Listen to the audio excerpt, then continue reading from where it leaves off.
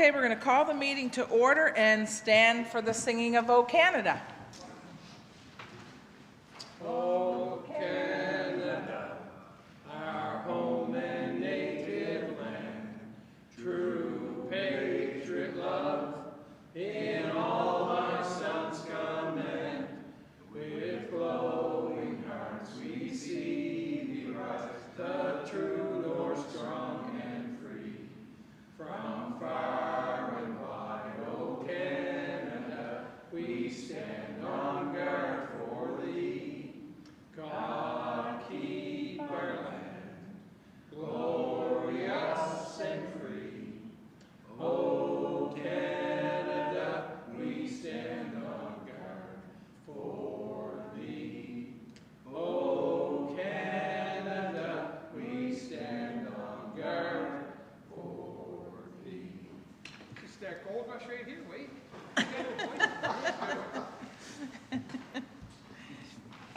Okay, record of attendance, and we had a public hearing where we excused Councillor McLeod, absent with regrets. Declarations of a conflict of interest, anyone, and you can certainly declare at the time the item comes up on the agenda.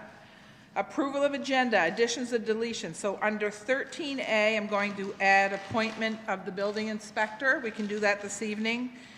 And 13B, request for a presentation from the Atlantic Immigration Project, Rob Stevenson. Any more additions or deletions? Will we accept the agenda with the additions, Your Worship? Okay, Deputy Mayor, second by Don Barry. All those in favor? Aye. Contrary? Motion carried. Okay, approval of minutes. Town Council, January 9th, please. So moved.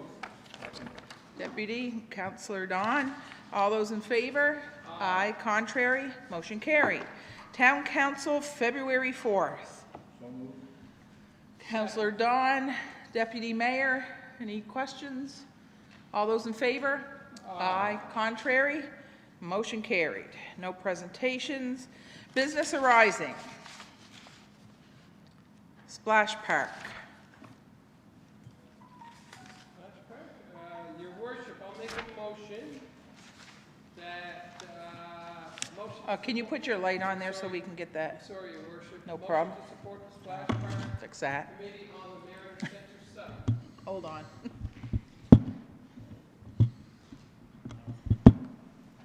We good? Yeah. There Yeah. you are. Okay, Thank you, go Your ahead, Worship. Deputy. Motion to support the Splash Park Committee for the location on the Mariner Center site. And that's not any specific spot on the site. They are looking somewhere within the property, so. Okay. So my thought on that is, as long as we have some say in where it goes, that Stars Road piece is probably the most valuable piece we have in Yeah. the land, in the Yep. town, so Yeah. we want to make sure And that with that, we we're one of protect the that. owners, and I think Councillor Cleveland sits on the committee. I think he'll voice our concerns over that. Okay. Who seconded that? Okay, Councillor Don. Any more discussion?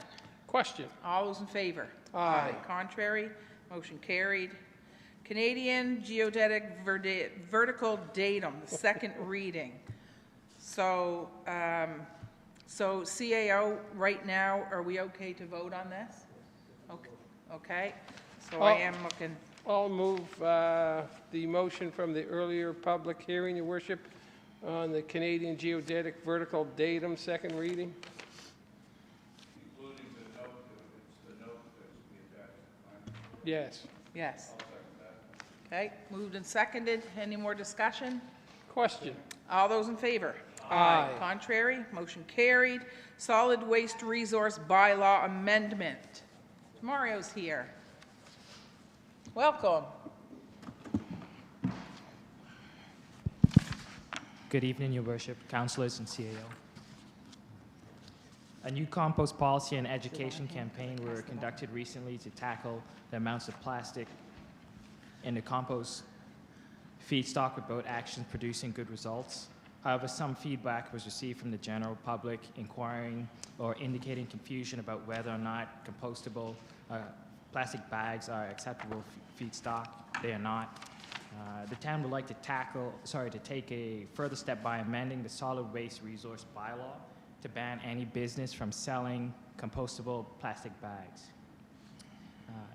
In particular, if you'll take a second to look, section 2.0 definitions was updated with the definition of a business. And then we also defined a plastic compostable bag.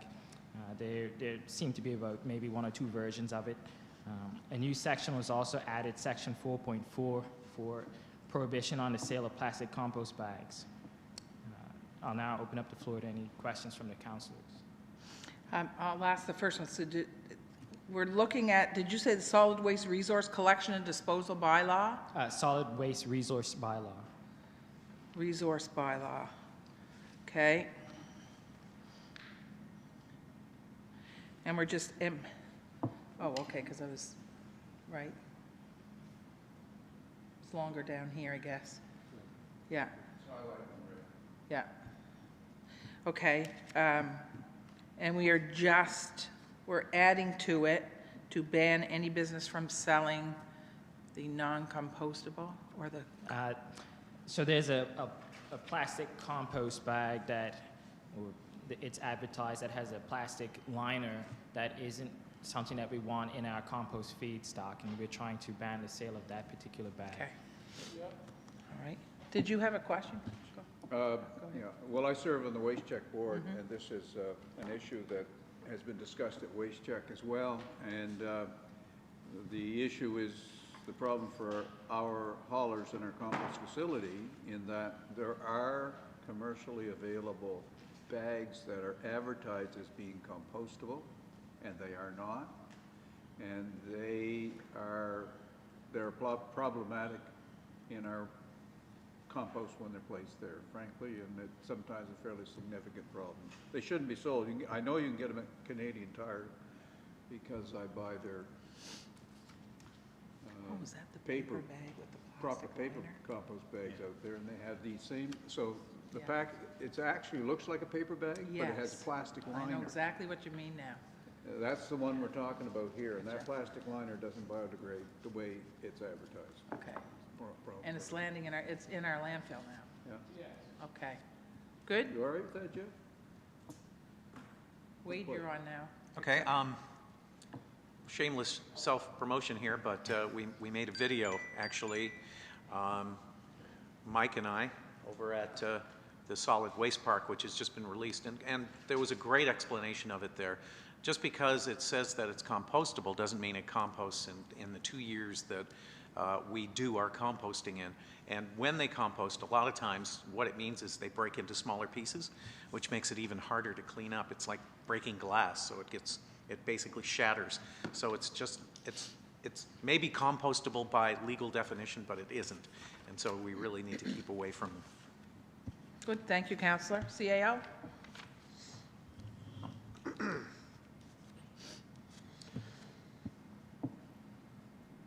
What'd you do, turn your light off? Yeah, I did, sorry. Oh, Dawn, go I ahead, guess my Counselor. question would be the time frame in which we go after the sellers of this, because the public are still going to assume that they are doing the right thing by buying these products. And that I think if we're going to get to the sellers, I guess we have to try to get it out there somehow to them that these are no longer going to be acceptable, and find some way of either setting a time limit when they can get rid of their product that they've already purchased from wherever they buy the businessman buys their bags from, and how far along, what's our gauge line before we start this policy rate. Is it as of tomorrow, or is it as of 2 weeks down the road to give them a chance to get rid of the stuff they already have, or they just already take a cut and lose the business already? That's the questions I would have. It's a great idea. I think I support it 100%. It's just that you also want the businessman not to lose their shirt on how many but they need to get away from and move with the times. Go ahead. Oh, do you have the answer? I was going to ask tomorrow. Go ahead. So we have never, in the almost 20 years approximately 20 years the compost facility's been operating, we have never accepted those plastic biodegradable bags. They've never been something that we have endorsed or accepted, or they've always been considered contamination. The issue is that some retailers in our community continue to put them on the shelves, and people buy them thinking that they're okay. And we've done a lot of work over the last 6 or 8 weeks to tell people that these are not acceptable, to remind people these are not acceptable. We've had a lot of feedback aimed towards the retailers. They shouldn't be allowed to sell them. And so what we're doing here is we're responding to what WasteCheck has asked and what the public has asked, and that is to pass a bylaw requiring them to be taken off the shelf. So if a person has them at home, they can use them for something else, but they should not put organics in them and send them to the compost facility. They can use them, if you have them, you can use them to line your container, but then dump the organics out of them into your green bin and take the soiled plastic bag and put it in your garbage. Don't send the plastic bag to the compost facility. One of the most obvious problems that it creates is if we have, and they look like plastic bags, you put those in a mass of excuse me, tons of organic material that has plastic bags that are regular plastic bags and plastic bags that are organic plastic bags, and you can't tell the difference. And so our guys, by hand, pick through that to make sure that stuff doesn't get into our process, because once it's in, it becomes a problem for us in getting our finished products certified as Class A compost. So they've never been acceptable to us. There are signs. If you go to Canadian Tire as an example, or you go to probably Giant Tiger, there's a little sign on the shelf. They allow us to put a little sign there, and it's got WasteCheck's logo on it. And it says, these are not accepted at the Yarmouth County compost facility. But the sign, honestly, I went out and I was looking for these on the shelf to see how many SKUs there were, and there are a lot. They come in different quantities and sizes and whatever, and different brands. And I never even noticed the little sign. I took some photographs just for my own reference. And when I went back and looked at the photographs later, I saw the sign was actually in my pictures. And standing there, I never even noticed it. So the sign has been ineffective. People have bought them. And when they find out they're doing the wrong thing, nobody wants to do the wrong thing.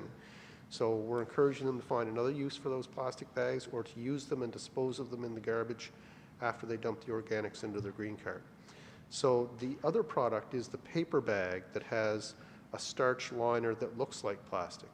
Those are acceptable at our facility, right? So if you choose to use those are acceptable.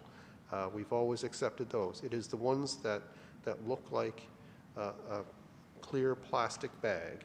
Those are not acceptable. And so this bylaw is aimed at those bags, and if approved, then it'll require them to take them off the shelves, and we'll be asking the other municipalities in the area to approve similar bylaws, because it does us little good if they're available at a store 3 kilometers outside of town, right? Or in Digby, whose organics also come to us.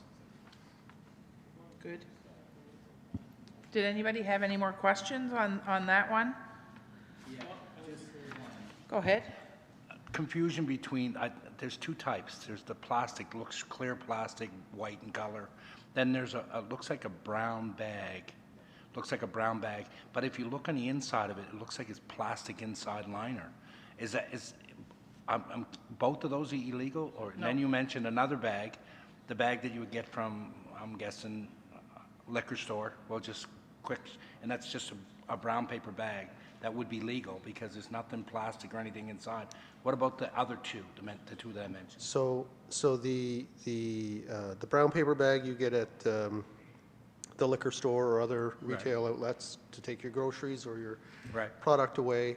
If you want to put your organics in that and put it in your green bin, that's completely fine. You can wrap your organics in newsprint, that's fine too. You can put them in, if you have a cereal box, and that's fine too. You can buy cardboard or I guess I'll call it cardboard. Yeah, cardboard ones, Liners for your green, they're fine too.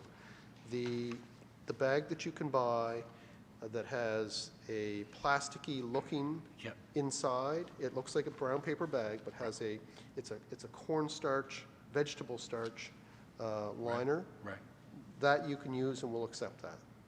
Okay? It is the one that looks like A plastic doggy bag. like a plastic dog bag or a plastic, bag that you get at the grocery store to put your vegetables in, or that you have as your carry-out bag. It looks like a plastic bag, and we can't tell the difference when it's in tons of organic material, and it stays and creates a problem for us. Our process, I don't know what their standard is for referring to something as biodegradable, or if there even is a standard.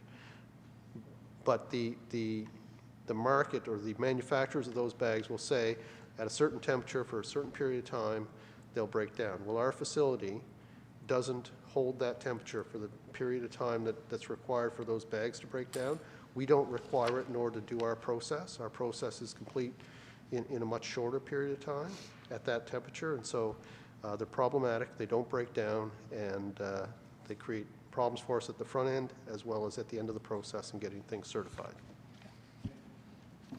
Okay, good. So, motion's on the floor? Questions called? All those in favor? Aye. Contrary? Motion carried. You good? Yeah, it's just for first reading. That was first reading. Yeah. YMCA building assessment funding. So the recommendation, and we did all get together last week, is that the town of Yarmouth partner with the municipalities of Yarmouth and Argyll to share equally in the cost of a building assessment of the YMCA building on Main Street, Yarmouth, by way of a grant to the YMCA. The cost of the assessment is not to exceed $45,000, which leaves us only $5 to pay. 40. Yeah, well, the 25 was the lower end one, so we said we were going to go up to the 41, so we put it as high as 45. Yeah, but we put it up to 45 just in case. Yeah. Yeah. But you talked to the CAOs about that number, right? Yeah. So can I just ask a question here? Is this recommendation the motion as we're putting it forward? Because remember, we wanted to make sure, even though by way of a grant to the YMCA, that we have access. Will we have access to that assessment? Yes. Okay, without putting it in here?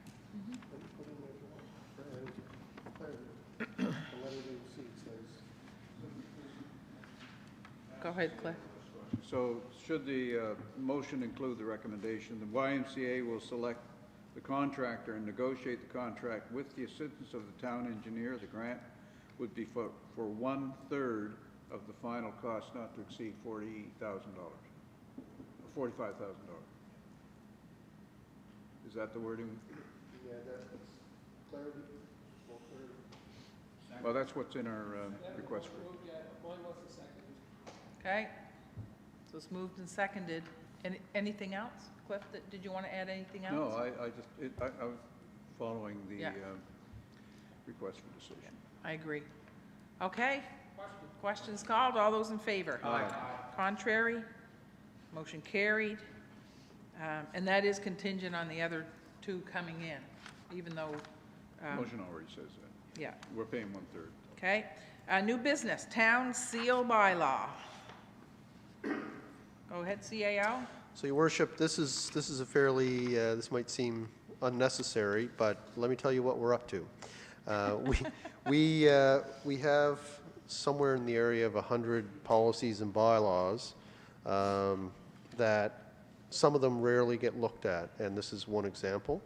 It probably doesn't need to be looked at, but we think that it's a good practice that we pull out every bylaw and policy at least once within a council's term and put it forward and say, is this still relevant? Is this something we still need on the books or should have on the books? And so we're just beginning that process now as a matter of routine. This one is one of the oldest ones that we have on the books that hasn't been updated. Don't see any need to update it, but if council wishes to refer it back to staff for any reason, this puts it on your agenda and for your attention. Now, just for information, I've been the custodian of the seal for 16 years, and we've never been asked by anybody outside of the town to use the seal. The bylaw refers to a fee and the ability to use the seal for official purposes that would be requested by somebody outside the town. That hasn't happened in my time, and I don't know that I'll ever see it, but that is part of the bylaw. I've done like documents with it. Yeah, Go ahead. yeah, I've done documents too. I think we had the gentleman that Yeah. is still a French citizen, and I guess the mayor's getting the document from the mayor is more important than getting the document from the premier or the prime minister. And Rightfully so. that he was a resident of the town of Yarmouth, and he needed the town seal Okay, on the so document. we should get $5 for that. Okay. I made an executive decision to forego the $5. Oh, gosh, I know. So, so are we okay with this one, folks? As is? Good? You need a motion to say it's okay? No, you don't need to go through 2 readings if you're making no changes, but Okay. maybe just to, I don't know if it's receive and place on file, but maybe Okay. just, Motion to receive and place on file.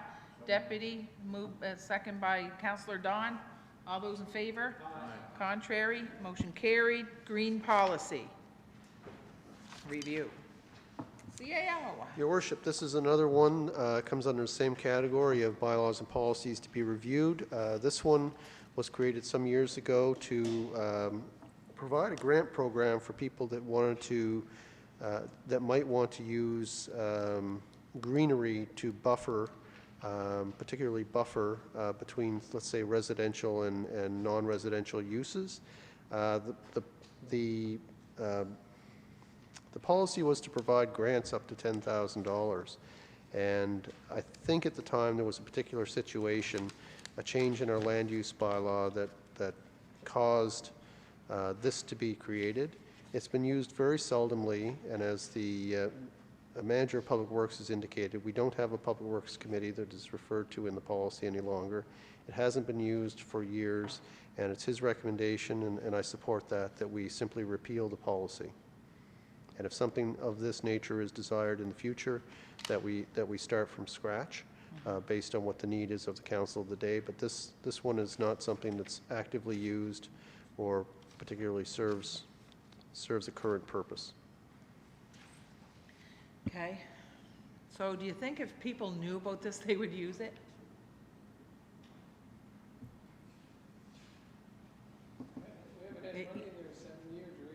I know. So we repeal it, but is it something that we could just say we're putting $10,000 in and people would use it? I ask that because so many people in the last few years have been upgrading their properties. It's a different game now. So I just asked that question.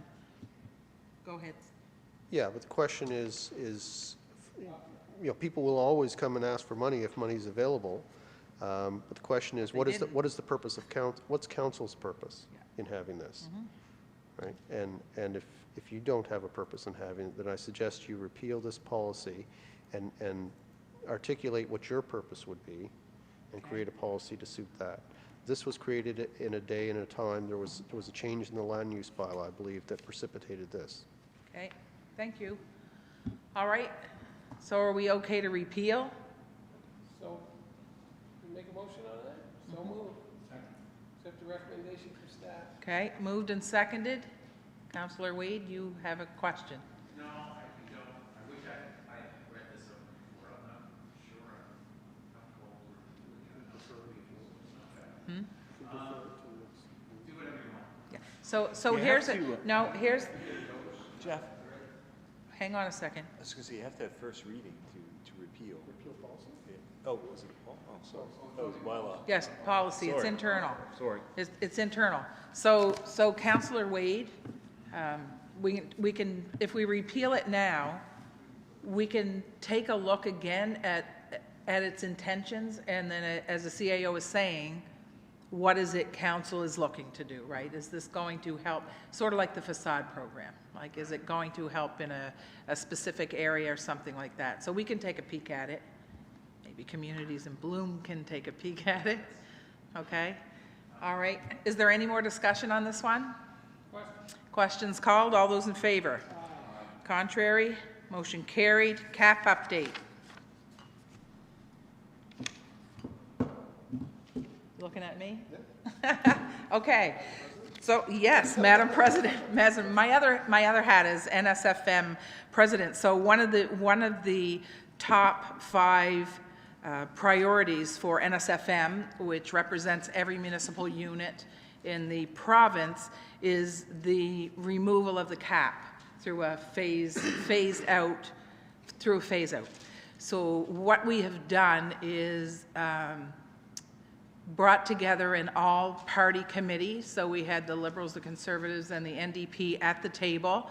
We spent 3 half days in the last 10 days basically going over the capped assessment program, what it does, what it doesn't do. We had over a dozen presenters, from realtors to folks that have communities within communities. Any number of folks came in to present to help us better understand. Basically, what happens with the cap is you have an assessment at a certain number, and you are capped at a lower number. And in various places within the province, those numbers vary.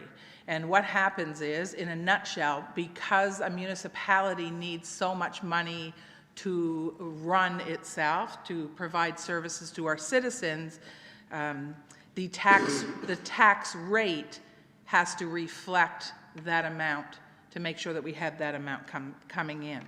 So when folks are capped, there's a difference between their capped assessment and their real assessment, and so that taxation money is not coming in. I can say in our area, we are the lowest in the province, so it doesn't affect us. I would suggest it affects us very, very little, at 1%. In Cape Breton, it's 21%. So their tax rates are, I would suggest, overinflated. That's an understatement, because of the capped assessment program. So what Nova Scotia municipalities have done is just asked the province to phase it out. So we had an agreement in place, I say an agreement, a proposal that we put forward, and we want to make sure that everybody's covered. So it had things like low income earners, that they would be protected. It had spike protection, so that when you remove the cap, if people have large differences, that you're protected that way. The suggested phase-out time was over 13 years. So over 13 years, you just don't feel that difference. The other piece was, and this was very important, and folks couldn't understand why we would do this, but as the cap comes off, the tax rate comes down. So if Councillors Don and Councillor Steve have the same home, or if they live in a duplex, Councillor Steve may be paying $3,000 in taxes, Councillor Don may be paying $2,000, and what we need to do is, for the same thing, for the same value, they should each be paying $2,500. So not a tax grab by any means for the municipalities. It would be revenue neutral for us. It's a matter of, I'm just going to say it, it's really bad policy. If somebody is capped and they're not paying taxes, your neighbor's probably paying it for you. So all we are after is fairness and equity in a tax system as it should be. In 2005, this came in because there were such high spikes in assessments, and it's really important that people are not put out of their homes because of that. But that evens out, and again, there are any number of stopgaps in place to make sure that everybody is protected. So we met with all of the parties, and as it stands right now, the Conservatives and the NDP are asking more questions.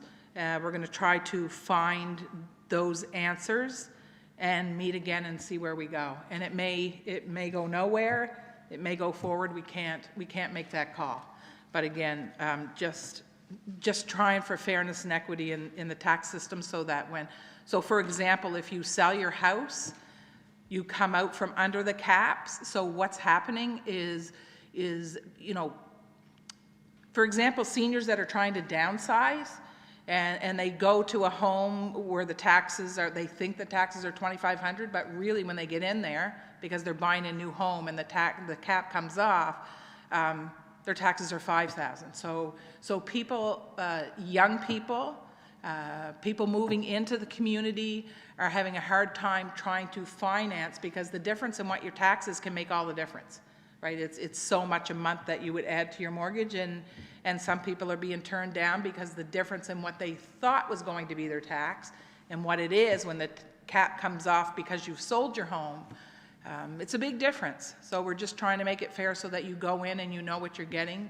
And again, with the seniors pieces and all those things. So that's where we are, hoping to get together. We can't get together before the House goes in. They go back in on the 20th of February.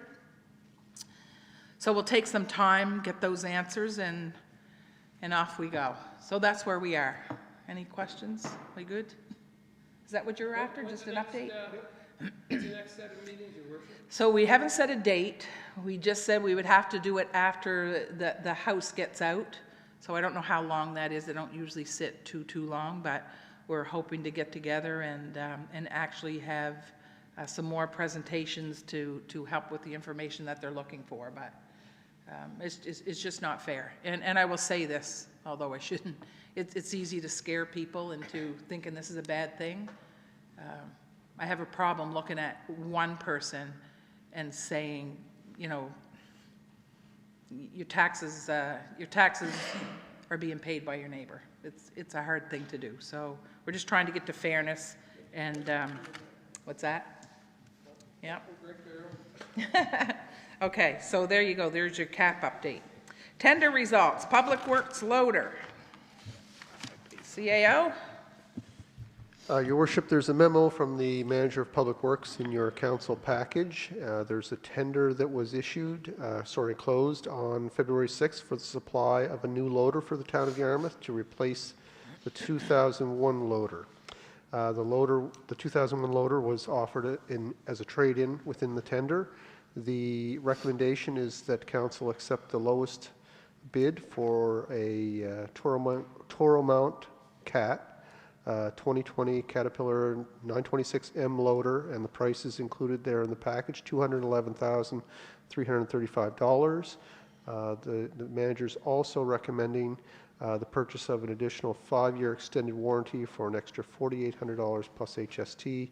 Total price $216,135 plus HST. That's for your consideration. I'll make a motion that we approve the recommendation of the engineer as outlined by the CAO. There were, I think, 5 bids. Six bids. And the local cat dealership came up with the lowest bid. It's all good. And I'll second that. and also, right, well, that includes what you just said, that extra money for the warranty. Yeah, it includes the warranty. Yep. Good. Who seconded that? Wade? Okay. Questions called? All those in favor? Aye. Contrary? Motion carried. Consolidation. Okay. Deputy? Do you want to make a motion first, Worship, and then do discussion, or you want to? You can make a motion to get it on the floor if you I'll make a wish. motion to put it on the floor, Your Worship, that the town of Yarmouth write to Minister Chuck Porter indicating the town of Yarmouth's willingness to advance to the next step. That is drafting legislation for consolidation of the town of Yarmouth with one or more of our neighboring municipal partners. Second. Moved, seconded by Councillor Don. Okay, discussion. It's a big deal, so I'd like everybody to be able to speak to this, if you're okay with that. Yeah, thank you, Your Worship. See who's on. Councillor Don's on first. Go ahead, Don. I think the concerns that we have to throw out there right away is that the amount of committees and the amount of things that we have partnered with in our 3 units have, over the years, have caused quite stress on getting all 3 units to work together. It's great that you work together on some of these major things that provide for the town and county and outside areas, but it's very hard when you start looking at the policies and stuff and trying to make them work for everybody and to come to a major consensus. I think with consolidation, I think it would fix the process, or it would help us in the process of coming to a quicker consensus rather than leaving something that takes forever to get something done. So I think we are hopefully moving in the right direction, and we believe that it's in the best interest for our citizens, the people that are our partners, and that it's a shame that it can't happen right away, but with time, it's probably going to happen. That's all I would have to say about that. Good. Thank you, Councillor. You're Right, on, next. Deputy. Thank you, Your Worship, and I know you don't like to hear those words, but I agree with echo. everything, echo what Councillor Berry said, and he touched on some of the points that I was going to bring up. I think any concerns with the problem can be negotiated beforehand, and the other thing is we don't want to handcuff any future councils, right, with any burdens that they have to put up with when it comes to taxation. That should be all discussed beforehand. And as Don alluded to, when we have one or more municipal units that come together, we do speak with one true municipal voice. When it comes to funding from the provincial and federal governments, they will listen to us, especially when you have anywhere from if we had 2 units, us and somebody else, it's us in the municipality, that could be close to 16,000 people, and with Argyle in there, be close to 25,000 people. We have a lot of clout, especially with the French community. We could really work well with being one voice. Also, 3 councils are more cumbersome than one. We've had lots of discussion over the last several years, 11 since I've been here, where we've made consensus with one group and then come back, and then the motions have changed, or the appetite to go ahead on some projects has changed by the time they got to the municipal table. That will be taken care of. And also, we've had lots of things that we agree on that are true municipal priorities when it comes to the wharfs, the terminal, the airport, and also planning, which is Councillor McLeod's kind of pet project. Would like to see a true regional approach to planning. So there has been some success stories. Queens, which is close to our size, it's really worked well, and they came to the table not forced by the provincial government, but they came under their own will. And if you talk to municipal leaders like former Conservative Cabinet Minister John Leaf, who was at the forefront of that when he was the mayor of Queens County, it worked really, really, really well, especially when they were able to negotiate with the other unit to come together instead of a forced merger or amalgamation. So I think it's all upside, Your Worship. I look forward to work with our other municipal partners, and I think this is something, I think once our citizens really know what the story is on this, it'll be something that they should be excited about, especially when it comes to really big projects. Thank you, Deputy. Councillor Cleveland. Well, thank you, Your Worship. I'll be much less wordy than Councillor Mooney, but all I have to say, in all honesty, being a councillor can be very fulfilling, but it can also be very frustrating. And I have to be honest that there's an enormous amount of the frustration comes with trying to get things done together, and it's because of the separate governments, and it's no knock on anyone or any government entity. It's just a much more difficult proposition. And together we are strong. It's that simple. Together we are strong. Divided, we are not as strong. We have strengths, we have things that we are good at, but together we are strong. And so we need to do this also. I believe that ultimately the writing's on the wall, and consolidation in some way, shape, or form in the next, I don't know, probably 10 years or maybe even a little more than that is inevitable. And to me, it's a much safer and easier process when we're in the driver's seat. And here is our opportunity to be in the driver's seat, all of us, not just the town of Yarmouth, but all of the municipalities, all of our colleagues together in the driver's seat to make this work. And so I really passionately would like to see this come together. That's all I have to say. Thank you, Councillor. Let's see who's up. Councillor Steve. I'd just like to say one of the biggest things that I took out of the meeting was things stay the same, business as usual. So a lot of the discussion that I've seen on Facebook and heard out in the public is, what do we lose, what do we lose, what do we lose? It's not about what you lose, it's about what you gain. There really is nothing to lose when you look at it through a wide view, and I think that's what we need to do.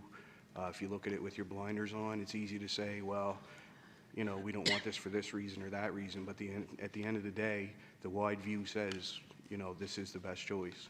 We can either go on our own terms now, or as Councillor Cleveland just alluded to, be forced there, look at Shelburne and other places around. So I think being out in the public and talking to people, if we stay open-minded about it and just see what the gains are, as Deputy Mayor pointed out, when we go for grants and different things like the Mariner Center and whatnot, the shared agreements, as Councillor Barry said, just as a whole, I think we're better off if we look at this with a wide view and worry about what it is that we have to gain and not just keep worrying about what it is we have to lose.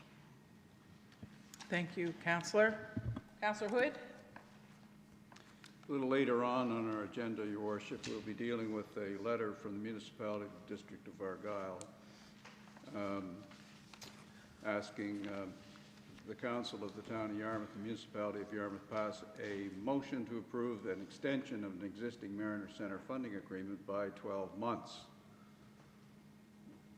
There is a funding agreement between the municipality of Yarmouth and the town of Yarmouth, who are the owners of Mariner Centre, and Argyll, who are not owners of Mariner Centre. We have been struggling to try to convince our municipal partners for some time that the current sharing formulas for things such as Mariner Centre and many other, I'll call obviously joint municipal projects and responsibilities, be shared in a much more equitable fashion. There is a model prepared by the Utilities Department of Municipal Affairs based on population and uniform assessment. It is the recommended formula for sharing in projects such as this.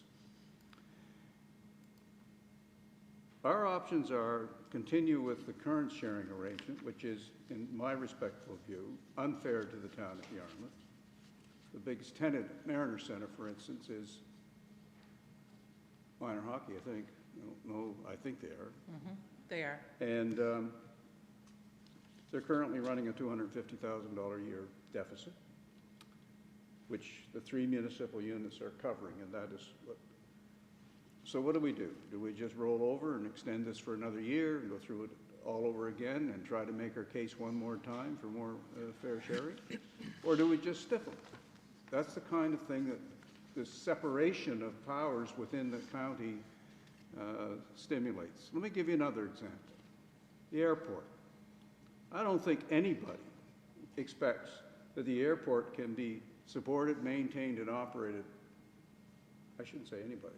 Certainly I don't think it can be maintained, operated, and sustained on behalf of the citizens of this county without all 3 municipal units participating. The funding agreement and the agreement amongst the municipal units ran out March 31st, 2019. It has been extended and extended and extended, near to agreements almost reached and then backed out of at the last minute. This is what goes on in many other areas in which we have to bring it to an end. We don't need the number of councillors we have collectively. If we proceeded to an amalgamation, unification of these 3 municipal units, the town of Yarmouth would have fewer councillors per capita than it does now, and so would the others. But we would not be taking over these other places. We have 6,600 people. Argyll has almost 1,000 more, and the municipality of Yarmouth has, I think, around 9,000 people plus. So they would receive really, when the distribution of districts and council seats comes out of it all, you'd probably end up with 10 or 11 or 12 or something for the whole county. The sharing of responsibility, power, if you want to call it that, is going to be equitable and fair all along. Our citizens deserve better. Everyone in this county deserves better than what we're giving them now. We're stuck on all kinds of projects. The Mariner Center expansion is stuck. It's not going anywhere. Hello, folks? We've got ferry terminals, we've got wharves, government wharves, all these kinds of things have been downloaded on the municipal governments, airports, give it, transportation, airlines, now medical services. You know, those are not our traditional or legal responsibilities. It's responsibilities we've had to step up and take on because the other levels of government have seen other priorities. The feds are focused on their priorities now, and when they get squeezed with their budgets, what do? They download ferries on us. So, how do we handle this as a community? We handle it by joining together. And whatever takes place, I'll support that. Our Acadian community, with respect, will do better. Alistair Surratt spoke so well the other night. He was the facilitator in our joint meeting. And he spoke to the need for the Acadian community to be more open and not closed in maintaining their culture. And how does that happen if you unify? Well, in the town of Yarmouth today, let me give you an example. My wife's a Camo Robichaud, okay? Camo Robichaud. My youngest child has a leaving certificate in French from our local school system. How did that happen? It happened because people led and started an immersion program in our public schools, which continues to thrive and exist today. So in our town, I would bet that maybe half of the population are French, English, and a mix of that kind. My grandchildren are both have Acadian leaving certificates. They're more Acadian than they are Anglo, for gosh sake, by far. And so I really believe that our friends in Argyll, and they are friends, we get along great with the Argyll people, that they should listen to what Alistair Surratt had to say. He is the president of College St. Anne, and he has led that college down that road to be more open, thereby having a better ability to preserve and protect the Acadian culture. So, frankly, at one time I thought the most ideal collection of municipalities, my dream would be to have brought Clare in and make the thing completely bilingual. Really step ahead. And that's challenging too many norms, but certainly there's room for the people of this county to see the wisdom to come ahead and elect councils in an upcoming election if we don't do it. I think we should do it now. Hopefully, maybe it can still happen. If it can't now, maybe in the next term, whatever, for those that go ahead. So thank you, Worship. Good. Can we get his light?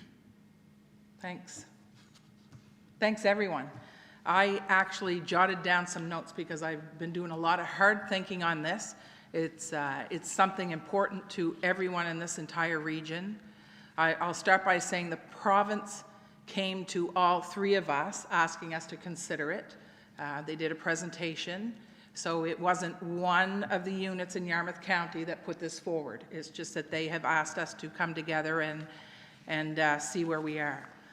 I will, I know, in my words, repeat some of what my colleagues have said, and I agree with what everyone has put forward, and that'll probably come through in what I have to say.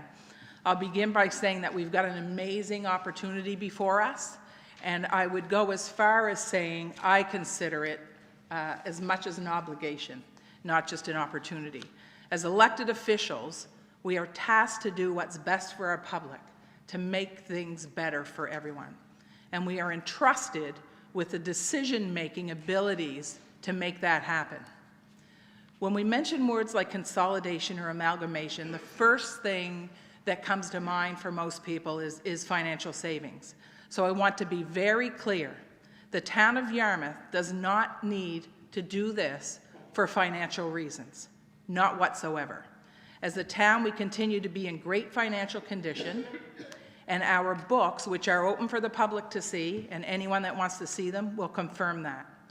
We also don't need to do this for future financial considerations. Presently, we are one of very few municipalities in the entire country that fund our depreciation. Something, in my opinion, I've always said I think it should be mandatory. In simple terms, we put money aside in our budget to pay for future infrastructure. So as we use it, we pay to have it replaced. It's an excellent practice. It's the right thing to do, and it ensures that we keep up with our infrastructure needs. So financial is not it on that front. The reasons we are willing to take next steps towards consolidation are many, and many of those reasons have been put forward by my colleagues at the table this evening. They certainly include greater efficiencies, and they include better political representation through the governance changes. That's just two reasons. There are many large projects that involve everyone that lives within Yarmouth County. They include the Mariner Center, the airport, wharves, ferry terminal. That's just a few. There are many more. As governance stands right now, 4 decisions must be made to see anything done on any files, large or small, where we come together as 3 units. We gather as 3 municipalities. We make a decision that we hope is our agreed upon way forward. Then we go back to our individual councils, where we each have to make an official decision to ratify before we can go forward. So there's 4 decisions already. What we agreed upon together should, in theory, be the final decision. But more often now than ever, it's not. We go back to our individual councils, and different decisions are being made at those tables. While it's absolutely the right of each council to make their own decisions, and we don't question that, it puts all of us back to square one. No decision, no moving forward, projects dead in the water. And as Councillor Hood says, that's Mariner Center, that's airport, all those big files. Under one council, and that's, to me, is what this whole decision is about. Under one council, the decision is made and we start moving forward. It's really that simple. Some may be fine with taking years to accomplish projects, by saying it'll get done sooner or later, and perhaps it will. And this is just me personally. I'm not okay with that, and I don't believe the public is okay with that when there is a more efficient and timely way to do things. As 3 units in Yarmouth County, we share close to 30 services. I would say, and I believe this, that we lead the province in shared services, and that is absolutely something that we should celebrate because it's a big deal. But on the other hand, that means close to 30 intermunicipal agreements have to be negotiated, drawn up, and again, a minimum of 4 decisions on each one, often bringing us back to the table over and over and over and over until we can reach a decision. And on some of the files right now, we just haven't done that. It's far too much time to be spending on what I can only call inefficiencies. We're thankful for the agreements, but it's at the expense of time and effort that it takes staff and the elected to come to these agreements. just in the name of wanting to do what's best for our people. Frankly, we could be accomplishing much, much more with improved governance.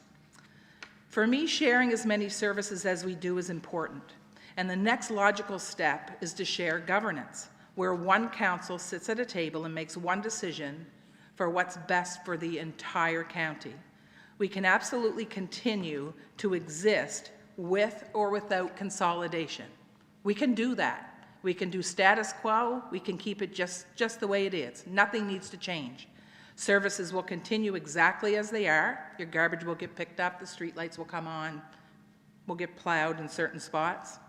But together, we're more efficient, we'll achieve far more, we have the ability to shoot higher, and my personal favorite is we have more impact on this entire region. That's why we're here, to make a difference.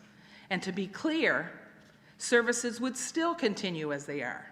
Those things don't change. It's simply that there would be one council making decisions. The only decision councils are being asked to make is whether we agree to move forward to see what that legislation would look like. So drawing a line, and I would say this to council because I put it in here because I didn't know if somebody would want to put anything else in there.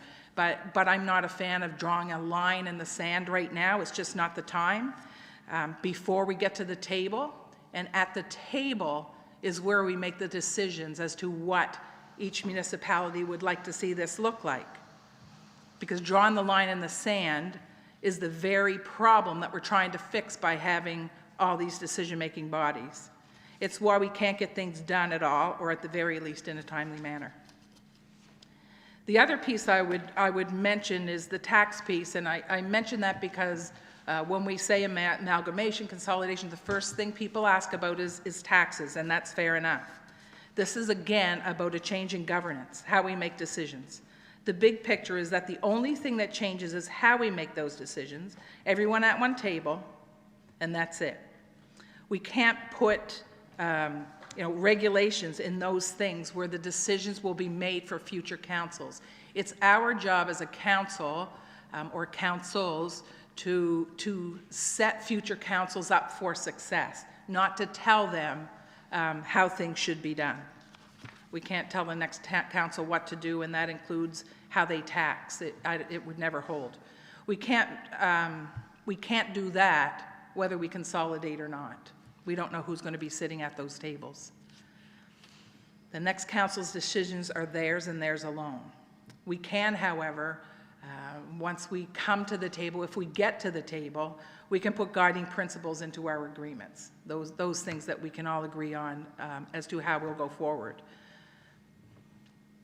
Again, the idea is to have, I say this over and over, but I have to keep repeating it. The whole idea is to have one decision-making body for the county. How many people have said to each of us at this table, to Yarmouth Town councillors, that they wish they could vote on those things that affect the town, but they don't live in town, so they can't do that? I hear it every single day, because as the service center for this entire region, whether we like it or not, that's what we are, people want to say in how things are done. And I understand that, because they're in this town, they shop here, they work here, they do their recreation here, they visit, they do everything here. It's their service center, it's their town too. But in much the same way, I'm certain that the people in town would love to have a voice on those things outside town, including, and just off the top of my head, I go to Port Maitland Beach all the time. The accessibility piece on Port Maitland Beach. What happens at Cape Forshue? Because everyone loves those places. So town people would love to have that voice too. When you consolidate, you come together as one unit. Everybody owns all of those things. Everybody has a stake in the town. Everyone has a stake in Cape Forshue. Everybody has a stake in the village. It all matters. The only ones really that see the municipal lines are the politicians. So setting this up so that everyone at the table is responsible for the best decisions for the entire county, it just makes sense. It's also scary. We'll put that on the table. And I can only speak from the town perspective, and Councillor Hood spoke to it as well. The town of Yarmouth is 26% of the population of all of Yarmouth County, 1/4 of the population. If any one municipal unit is going to consolidate and get swallowed up or lose that perceived power, it's the town of Yarmouth. And yet, we know it's the right thing to do going forward. It's not about me, it's not about the mayor's seat, it's not about Councillor Don's seat or the CAO seat, it's not about that. It's about what's best for everyone. We're fine on our own, we're much better together. I've done some soul searching on this one. I love this town. I couldn't sit in this seat if I didn't. I grew up here, and I grew up loving it. I've thought about the history as a seafaring town, about our resiliency to overcome all the obstacles that have been thrown our way, and there have been many. The people that make up our community, our rich, diverse culture. I've thought heavily about all of it. And as much as we would all love things to continue as they are, it's just not the right way forward. We have to challenge the status quo and do better, do differently. Then I've thought about whether we just say, you know what, we're close to an election in October, so let's just let another council make this decision. I couldn't sleep if I did that. I'll tell you exactly where I stand. It's a big decision and it's a tough one. And I don't remember checking off a box where any of us are elected just to make the fluffy, easy decisions. We're elected to sit at these tables for our people to make the tough ones. And this is a tough one because it's a big one. We've all had this as elected officials in the entire county. We've had this issue in front of us for many, many years. We can say it hasn't come to the table, but it has. We've all talked about it. We've talked about it with our neighbors, with our colleagues, the business community. We've just talked about it. The question now is, are we going to do this or not? We'll never get all the questions answered before we make a final decision. We just have to trust that we've seen others do it, and it works. But it doesn't mean we don't make a decision. And I can only speak for myself, but leaders don't pass difficult decisions on to others, including future councils. We make them. I think at this table, after what I heard tonight, we can all agree that we would love to see 3 municipal units at the table. But the town of Yarmouth is willing to go with just 2, and I'll tell you why. First, we respect each of our neighbors' council's decisions. But just as important, insisting on only going forward if all 3 take part, for me, puts undue pressure on one that may not be ready to go forward. And I don't think that's fair. I think we each have to make our own decisions. So should 2 go forward at any time in the future, the 3rd is always welcome to come aboard. But waiting for 3, while we would love to have all 3, is simply passing this on to another council and not making the decisions we're tasked to make. So I've said a lot, and there's a lot more that I could share, but in the end, while the town does not need to consolidate, we know it's what's best if we're going to keep this county moving forward. We've made some huge strides in the town of Yarmouth. It doesn't look anything like it did a few years ago. We're moving forward. We're busy. We're taking on big things. But you know what? We're stuck too. We're stuck because we can't, as a county, come together on the big items that matter. If we want funding opportunities, if we want our projects, big and small, regardless of where they land in the region, to get done, one of us can't do it alone. And frankly, we know that those communities who are coming together, that are leaders, will find themselves at the top of the pile when it comes to funding projects. That's what the province is looking for, people that can collaborate. So that's where we need to be, and if we can, that's where we need to be if we can get it right. So Yarmouth County has 25,000 people, I believe, 27 elected officials. We can do much better. And I do understand in the end, and I can't say this enough, we respect our neighbors' decisions. We really do. But we have to voice where we are. We may or may not get there, but the town is ready. It's 2020, and we just need to do things differently and better for our people.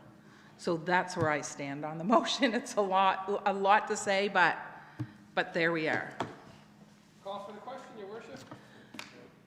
Go ahead, Don. I just, in a final statement, I'd just like to say, as councillors of the town, I know we're elected as the town.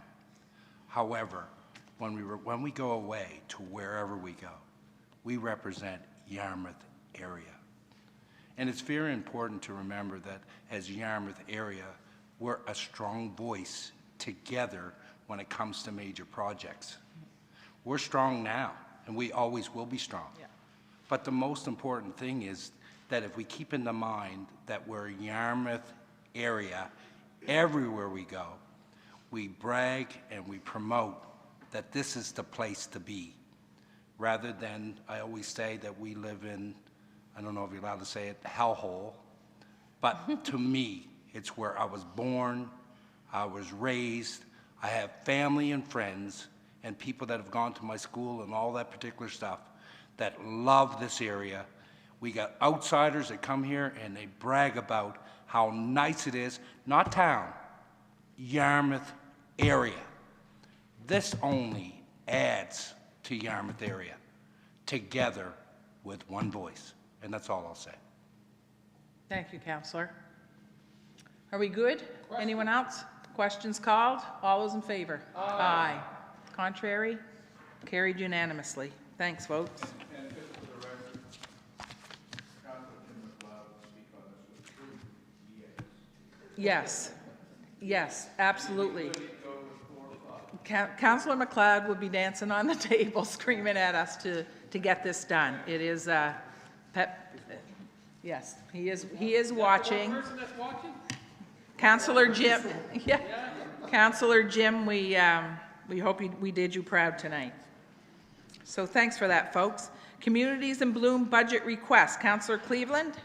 Thank you, Your Worship. This is just our regular annual request.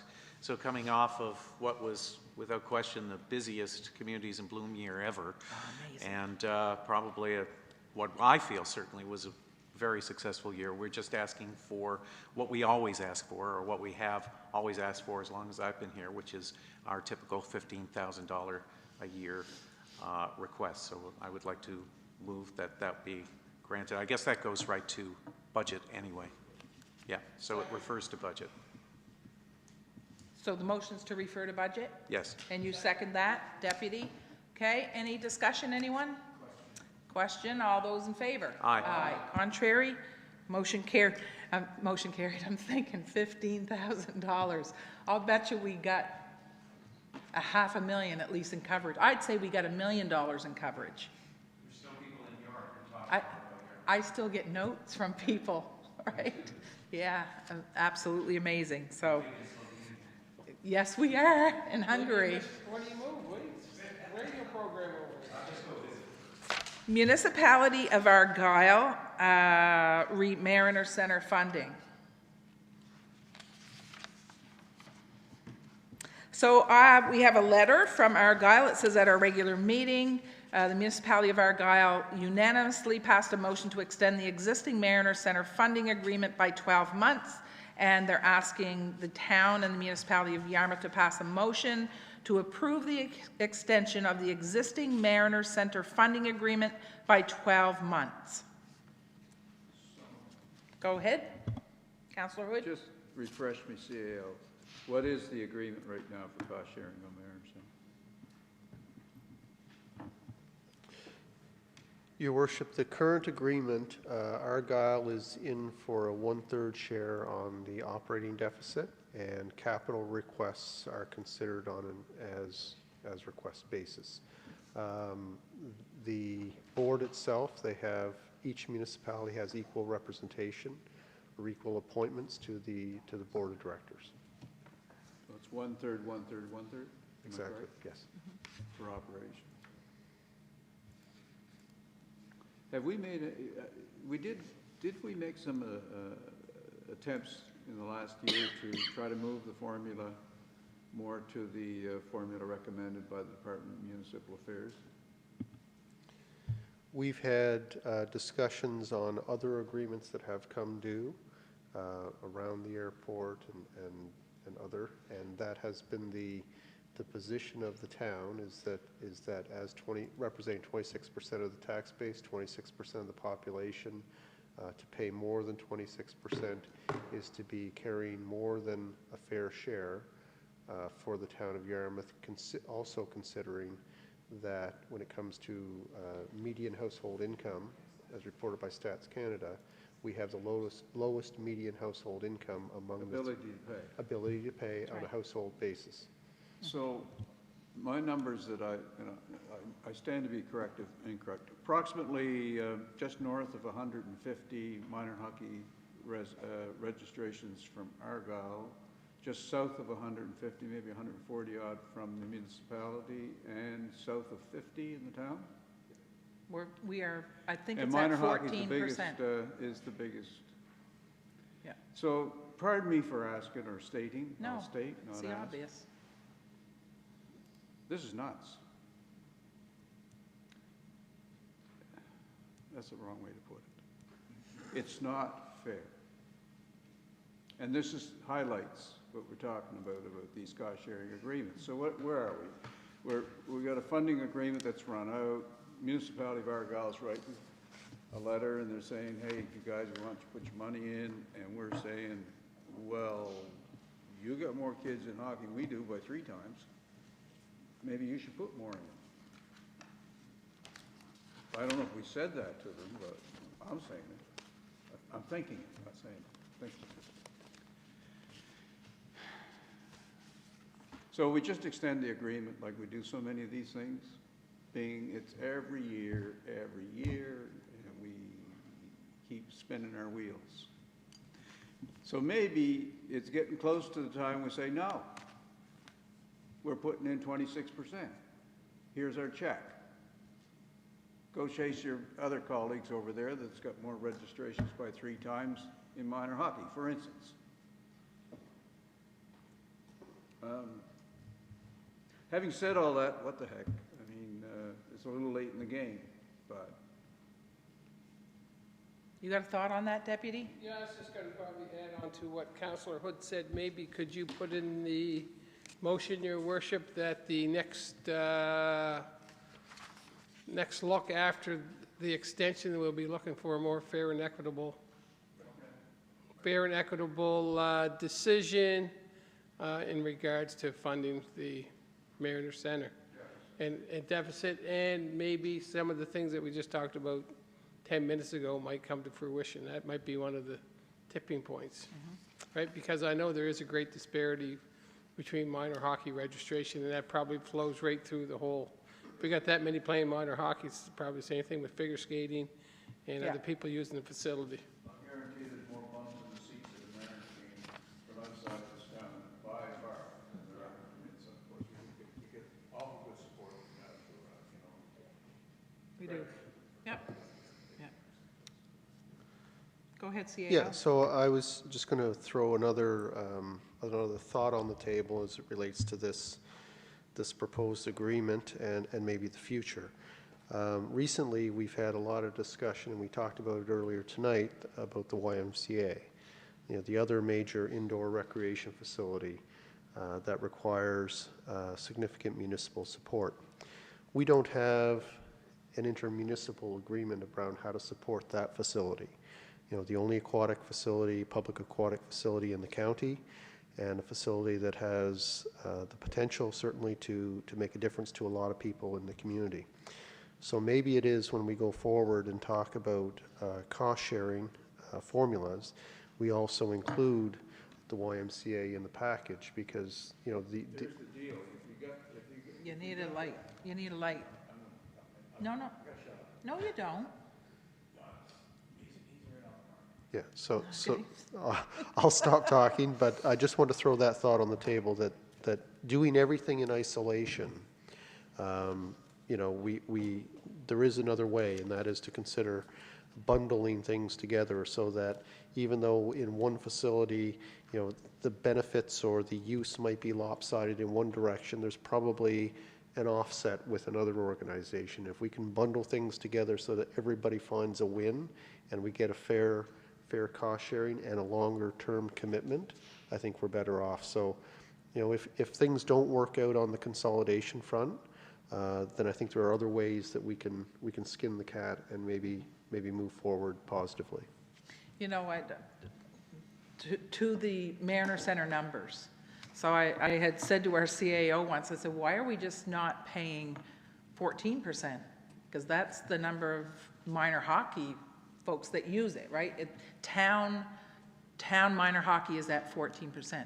But the answer, I think, is that these facilities and organizations are there, and the answer to it is that they are available to our public, right? Whether or not I play racquetball doesn't matter. It's available to me.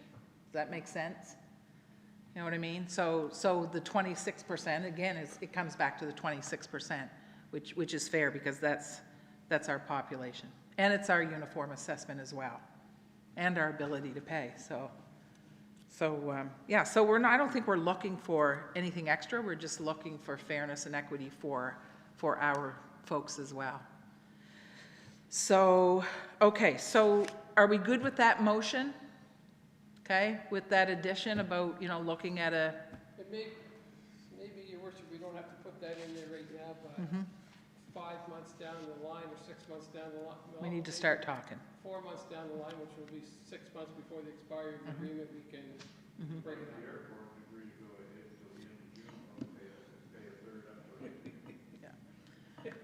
Okay, so we good?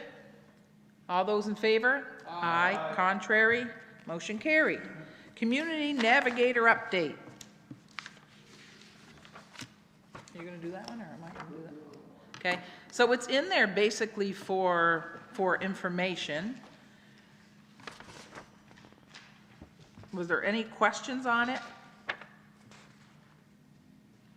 I'll tell you, Rebecca Rose is, I don't know how to say this.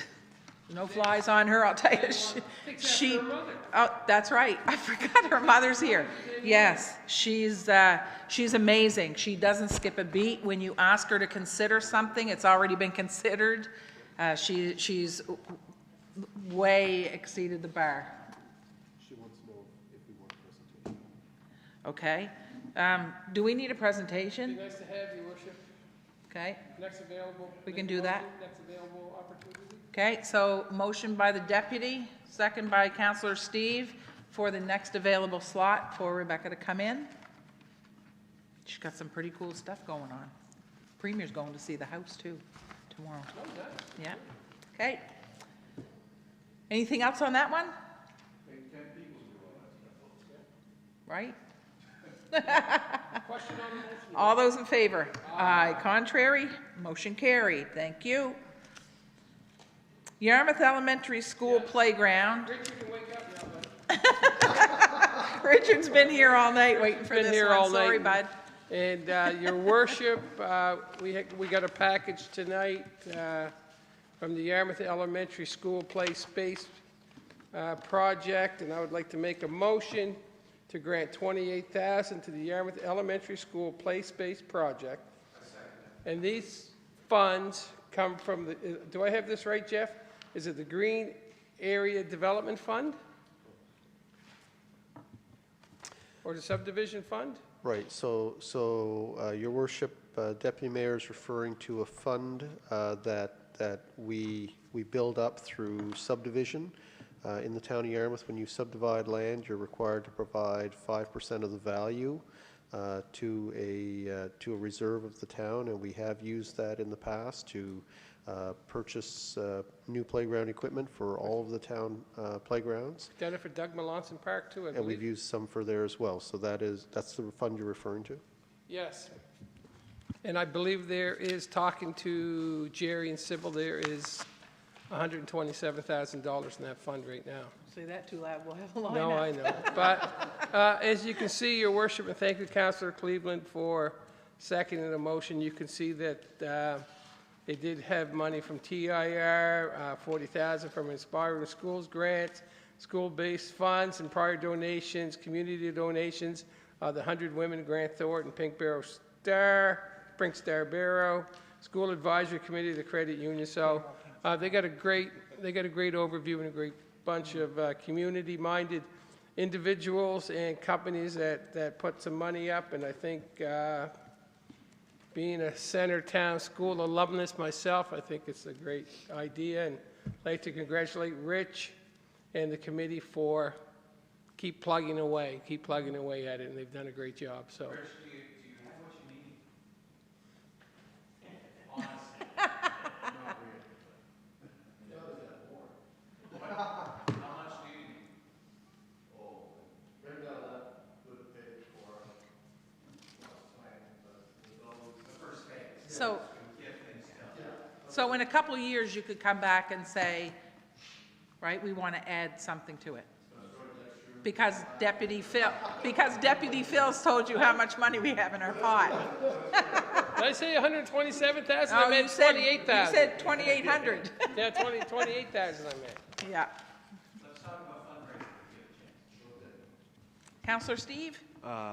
Deputy Mayor and I are part of the 100 Guys Who Share, and the Central School presented. And the hardest part of that is always that there's 2 losers that night, and only one person, people get to go home with the check. And I talked to Richard afterwards, and we had a few ideas about fundraising and whatnot. But it's really nice to see. I like when people come to ask for money, and they've already did some of their work their own, and don't just come here and say, we want it all. So congrats to you and your committee for doing a little work, and I'll be very happy to support this. Yeah. Counselor Don? I'd just like to say congrats, and when's the projected deadline that we'll see this up? I'm always looking to see something up. The pieces of the equipment will be arriving here in Yarmouth shortly, so that is Good. Well, it looks like you got your money. And I will say, it's just a great community asset. And it's smack dab in the middle of town. And I just remember bringing my kids to Meadowfields because we were a couple blocks away. So it's going to be kids on that all the time during school and not. So it's a great community asset. So motion, seconded. All those in favor? Aye. Contrary? Motion carried. Thank you, folks. Reports, council advisory committees. That would be you, Deputy. Yeah, thank you, Your Worship. I'll make a motion that council accept the staff recommendation for the discontinuation of the current automated fare collection system and resulting changes to the transit bus fares to include the addition of a new one fare ticket at $1.50 per ride. Questions called. All those in favor? Aye. Contrary? Motion carried. Your Worship, I move that council adopt the Town of Yarmouth Twinning Sisters Cities Policy and Procedures. Moved and seconded. Discussion? Questions called. All those in favor? Aye. Contrary? Your Worship, I Motion move that council accept the revised Citizen Advisory Committee's policy to include Section 10, provisions regarding the Public Transit Advisory Committee. Second, Councillor Cleveland. All those in favor? Aye. Contrary? Motion carried. Your Worship, I move that council award the Glebe Street Sewer Separation Tender to EXP in the amount of $39,150 plus HST. Moved and seconded. Have we got any more money on that? What's the deal? Oh, okay. All right. Good. Okay. That's designed. Questions called. All those in favor? Aye. Contrary? Motion carried. I thought that number was so low. How are we getting Glebe Street done for $39,000? Rich could build a park there. Oh, my goodness.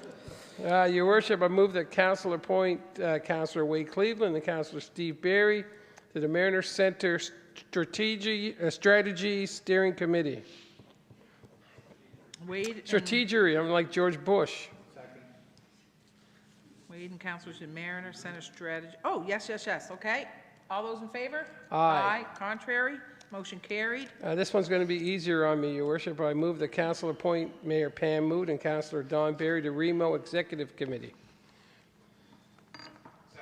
Moved and seconded. All those in favor? Aye. Any opposed? Nay? No, just kidding. You have to be on it, I Your have to Worship. be on it. I Yeah. understand that. Your Worship, I move that council commit to the funding of $4,000 to YASTA to host the 2021 55-plus games. Moved and seconded. I have to say this because I don't know, I probably shared it with Phil when he was in my office, but I have had people come to the community for like seniors baseball tournaments and things like that, and I had 3 this year, that said they are either returning or moving here because they loved it that much. And actually, I know that one did purchase a home, so it matters. So, yeah, all those in favor? Aye. Contrary? Motion carried. Your worship, I move that council send a letter of support and a financial commitment of up to $10,000 to host the 2021 Travel Media Association of Canada Annual Conference and AGM. Moved and seconded, so I'm going to say the same. I don't have to speak to these, but I have to. Same thing I said to Councillor Cleveland earlier. To pay $10,000 to host to have the Travel Media Association of Canada here, it's pennies. We will get so much coverage of that worldwide in magazines, on television, everywhere. So it's, I feel almost like we're stealing it. It's I think your worship too is we used to be a member of the Travel Media Yes, we Association did. of Canada, and we brought in the travel writers one year with the Grand Hotel. yeah. It's starting to look a lot like Christmas, the tree in the Grand Hotel, one in the park as well. And the writer from the Washington Post did a story on the town of Yarmouth.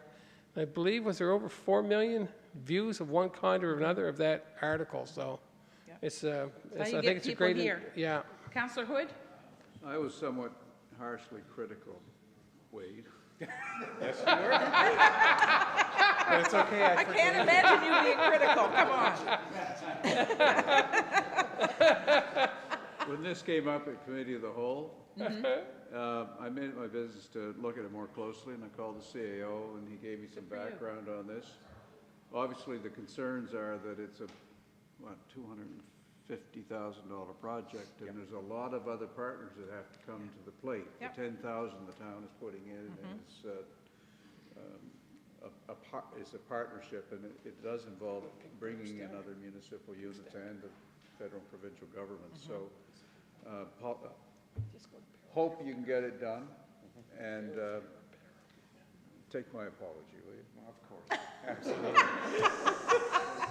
But you know, this is another, I mean, we're on this all night, but it's another example, right? Because they can stay in our hotels, but they say, what is there to do? Well, you have to go to the Cape, you have to go to the Village, you've got to do Tuscan Island tours, you know. It's about the region. It's always about the region, and it just puts us on a world stage. So this is, Neil and his team, including you, been doing some work to draw people here. It keeps us going.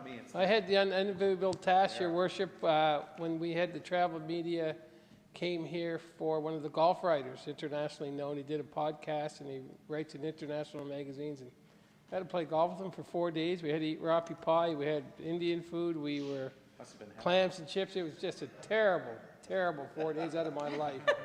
Terrible. Somebody had to do it. Remember when Jody Shelley did, I asked Jody Shelley, I said, I'm the new mayor, and the old Mayor Mooney used to be on your golf team. Can I be on your golf team? He said, no. Not a chance in hell. He said, not a chance. And I said, can I caddy? He said, not even. So, Deputy Mayor, you're the golf person here. Well, we got so a did better we vote golfer. on that? We got a better golfer over here now. We got Councillor Barry. Councillor Dawn. Yeah, he's good. Okay. All those in favor? Aye. Contrary? Motion carried. Your worship, I move that council send a letter of support to the municipality of Barrington for their application to the Department of Education and Early Childhood Development to provide a personal development credit to students who join a volunteer fire department and complete required training. Moved and seconded. I gotta say this.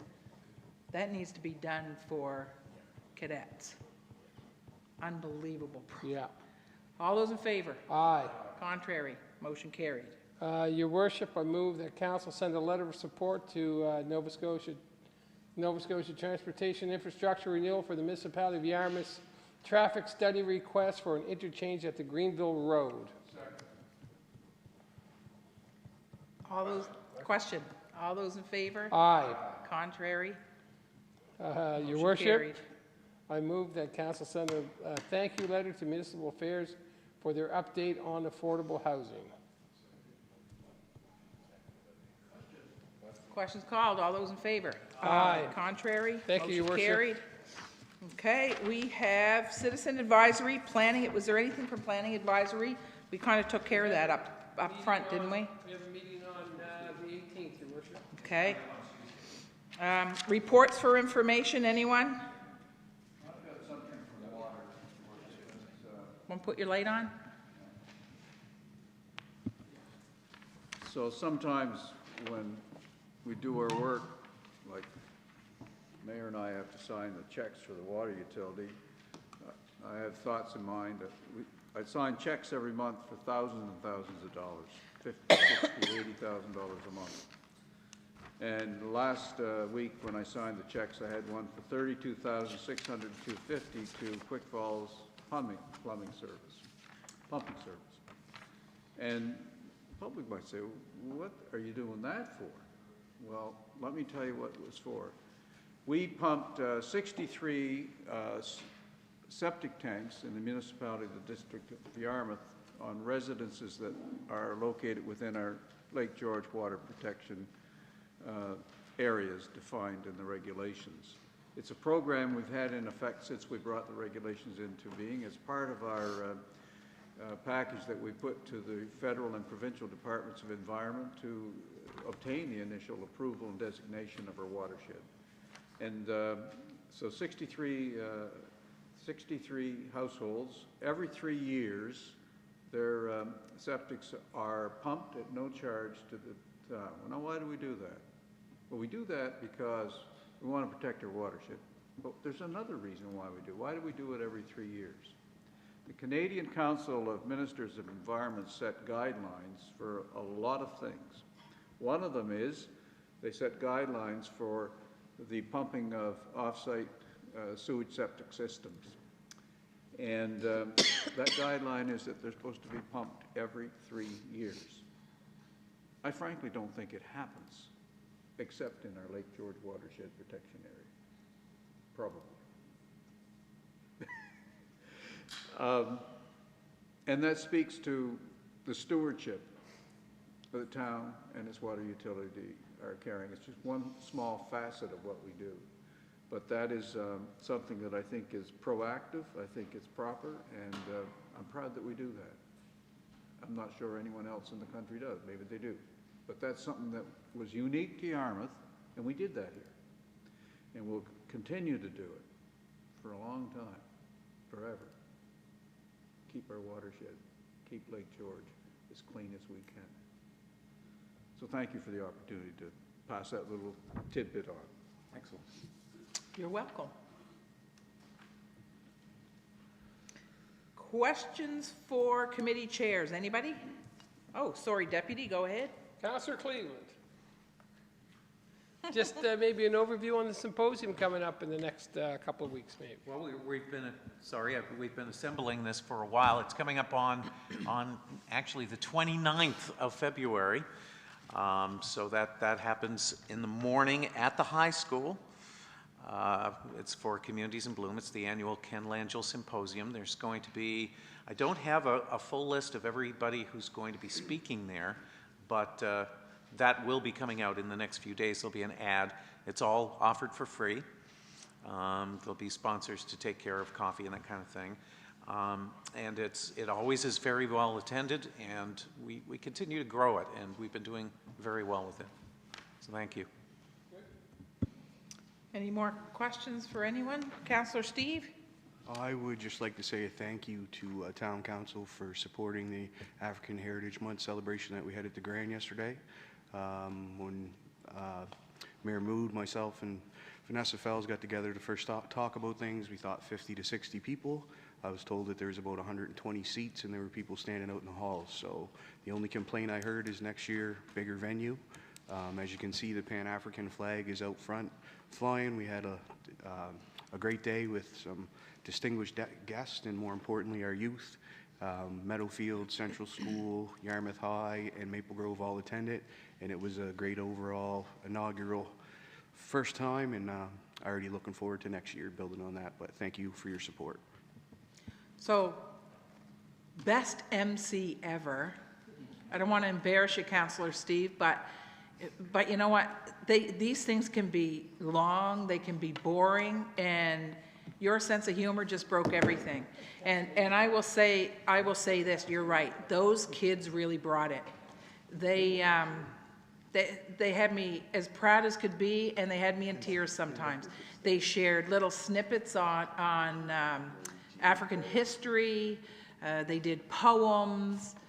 It was really amazing. But on top of that, and I don't know if you even remember saying it, but we were coming across the street to raise the Pan-African flag, and you said, let's go, this is history. So, sorry, but it is. It was a historic day.